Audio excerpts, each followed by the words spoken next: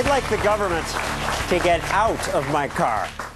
And what do I mean when I say the government's in my car? Well, from airbags and other safety devices to the fuel our cars use to the miles per gallon we get, government calls the shots. The politicians say it's for your own good. Create a cleaner, safer world. President Obama said the law that requires fleets of cars to average at least 35 miles per gallon will help America break its dependence on oil, reduce harmful pollution, and begin the transition to clean energy. Wow. But he doesn't mention the downsides. It costs more to make a car that gets 35 miles per gallon, and it's smaller, that car.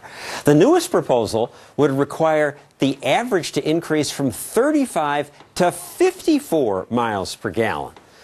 That will increase the price of cars by about $7,000, says an auto research group. And that's not the worst of it, says my next guest. The new rules will actually kill people. Sam Kazman is an auto regulation specialist at the Competitive Enterprise Institute. So, Sam, what do you mean it'll kill people? Not just that it will kill people, it has been killing people for the last 30 years. That's how long this law has been in effect. Kill people how? It kills people because it forces cars to be downsized, to be made smaller and lighter.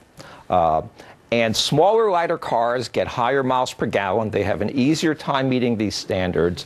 But compared to similarly designed, larger, heavier cars, they are simply worse in just about every type of auto collision. NHTSA, the government National Highway Traffic Safety Administration's own estimates, the smaller cars meant another 2,000 people died per year. Now, think about all the minute risks that agencies like the Environmental Protection Agency go into a tizzy about, that Congress bans at the drop of a hat. If any private product had a death toll, one fraction of what the mile per gallon rules cause, that product would have been yanked off the market years ago. And it's pitched to us as making us all better off. Well, it does lead to using less gas, which saves people money. Well, it's not clear that it saves people money. I mean, you stated in the introduction, there is a huge upfront cost. But if these technologies, in fact, save people money, you don't need a government law to force them down people's throats. We're not that stupid. We would save money on our own. That's right. And if, in fact, you have a government law forcing these things down our throats, that's a very good tip-off that they're not going to save you money. All right, it does reduce our dependence on foreign oil? I don't think so. No, remember, these laws have been in effect for over 30 years. When they were first enacted, since the time they were first enacted, our imports of foreign oil have just about doubled. Well, it would have been worse. It's really hard to tell, but frankly, there just is no clear connection between this. But the interesting thing is, you know, these laws are pushed by the folks who always attack our military ventures in the Mideast as being blood for oil wars. We're spilling the blood of American soldiers in order to preserve our access to foreign oil. But look, at least when we get into those military affairs, we admit we're putting lives at risk.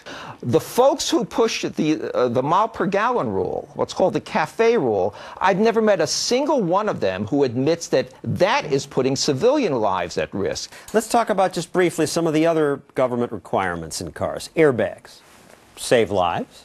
They have got a very interesting history because when airbags were first mandated by the federal government in the mid-1970s, the claim was these have been fully tested. You don't even have to buckle your seatbelt to get the full protection. There was actually a NHTSA brochure that told you that. The auto industry opposed the standard. It claimed that you require these airbags, they're going to put certain car occupants at risk. Small kids in the front seat will be at risk. Small drivers will be at risk. Their views and 200 were killed. That's right, because their views were tossed off by the NHTSA bureaucrats, especially Joan Claybrook, as being... All right, but that's old news. Now they're better. They are saving lives. And that we would have had them even if we had not had the mandate, and we probably... Automakers would have said, hey, people want safety, we'll introduce them. That's right. And in other countries which did not insist on requiring airbags to be a substitute for seatbelts, countries like Australia, you had gentler deploying airbags that did not pose any risk like this at all. But because our bureaucrats were fixated on taking all responsibility off of drivers and occupants to buckle themselves, they wanted a system that would replace the seatbelt. And instead they got a system that killed over 150 kids.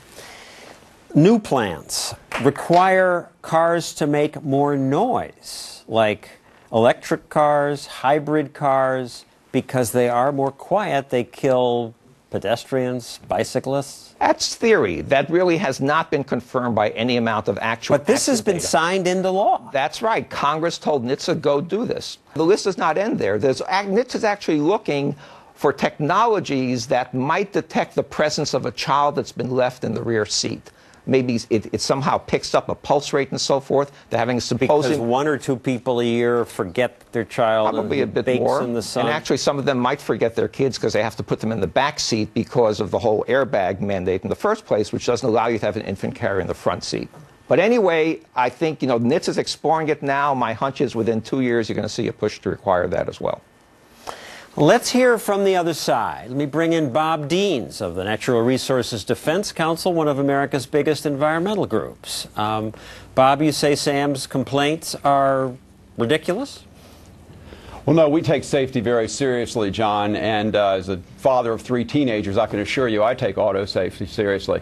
And I suppose if a 6,000-pound Navigator runs into a 3,400-pound Malibu, it's a tragic moment for the Chevy. But what we're saying is that Detroit can build cars, and is building cars, that are both safe and efficient. Cars like the Chevy Cruze, 42 miles per gallon, is getting top marks on safety. The Ford Focus, more than 40 miles per gallon, top marks for safety. And so we're getting safer cars, and they're not coming at the expense of fuel efficiency. This is about American independence. And by increasing that gas mileage for our auto fleet, we can cut our oil consumption in this country by 4 million barrels per day by 2030. That would almost wipe out our OPEC purchases daily. It'll make our country stronger. We need to do it.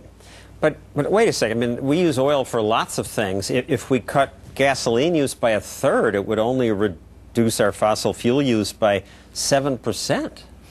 I mean, this doesn't make much difference for $7,000 a car. 4 million barrels a day makes a lot of difference. We're using about 19 million barrels a day right now, and our OPEC purchases are about 5 of that. So we could take a real bite out of that. And again, it would make our country stronger. It would make our country more secure, make our economy stronger. Mr. Deans, once again, is one of those proponents of these mile per gallon rules who refuses to admit it puts anyone at risk. Now, it's clear that new technology... Let me ask him directly. The cars are smaller. The government did say 2,000 deaths a year. Is this not true?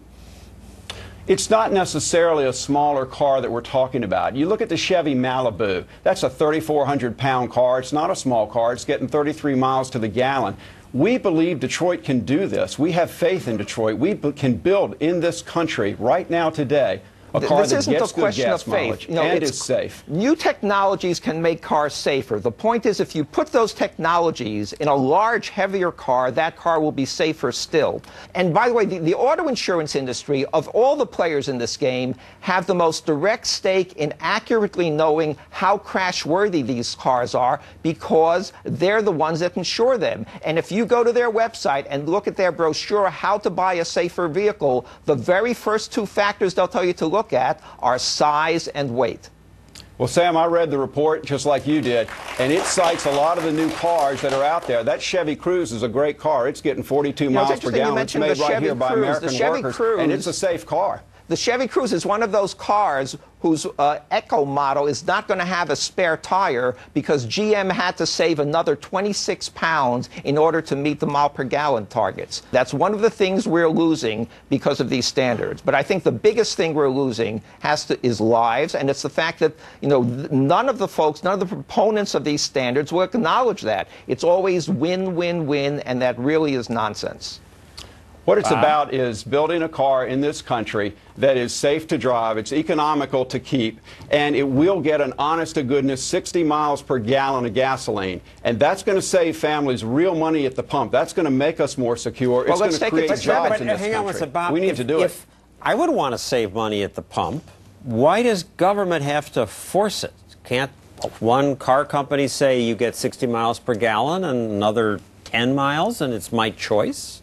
John, it makes sense, but the problem is our market is held hostage to global oil price shocks that we can't control. That's why Detroit keeps getting blindsided by them. Last time it happened, we almost lost General Motors and Chrysler. Only the American taxpayers who stepped up with an $80 billion loan saved that from happening. But now, guess what? Detroit is stronger. Detroit has come back with a Chevy Volt, with a Ford Focus, with a Chevy Cruze.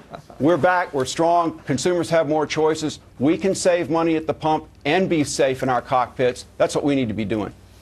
Well, I'm curious to see how much stronger the Chevy Volt is going to make us. Thank you, Bob and Sam. Coming up,